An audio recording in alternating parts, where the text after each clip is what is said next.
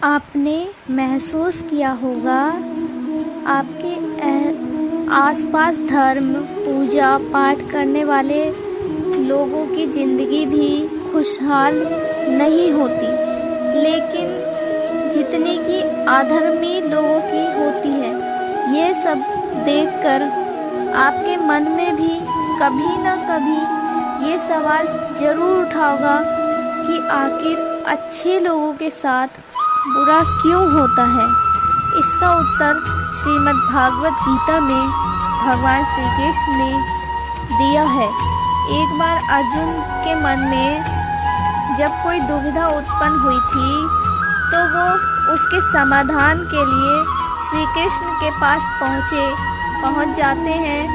ऐसे ही एक दिन अर्जुन भगवान श्री कृष्ण के पास आए और उनसे बोले, हे वासुदेव, मुझे दुविधा ने घेर रखा है और इसका समाधान आप ही बता सकते हैं। तब श्री कृष्ण ने अर्जुन से कहा कि हे धनंजय, अपने मन की दुविधा विस्तार से बताओ, तब मैं तुम्हें हल बताऊंगा।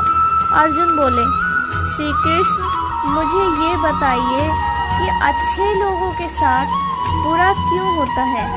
अर्जुन की ये बात सुनकर श्री कृष्ण बोले, पार्थ, मनुष्य जैसा दिखता है वैसा ही महसूस करता है। वैसा कुछ नहीं होता, बल्कि अज्ञानता में वो सच्चाई को नहीं समझ पाता। श्री कृष्ण की बातें सुनकर अर्जुन हैरान हो गए और बोले, श्री कृष्ण, आप क्या कहना चाहते हैं, मेरी समझ में नहीं आया। श्री कृष्ण बोले कि मैं तुम्हें एक कथा सुनाता हूँ, जिसमें जानने के बाद तुम समझ जाओगे कि हर एक इंसान को उसके कर्म के अनुसार ही फल मिलता है। अर्थात जो बुरा कर्म करता है उसे बुरा ही फल मिलता है, और जो अच्छा कर्म करता है उसे अच्छा ही फल मिलता है। क्योंकि अच्छा और बुरा कर्म तो मनुष्य पर निर्भर करता है। श्री कृष्ण ने अर्जुन को उदाहरण से समझाया।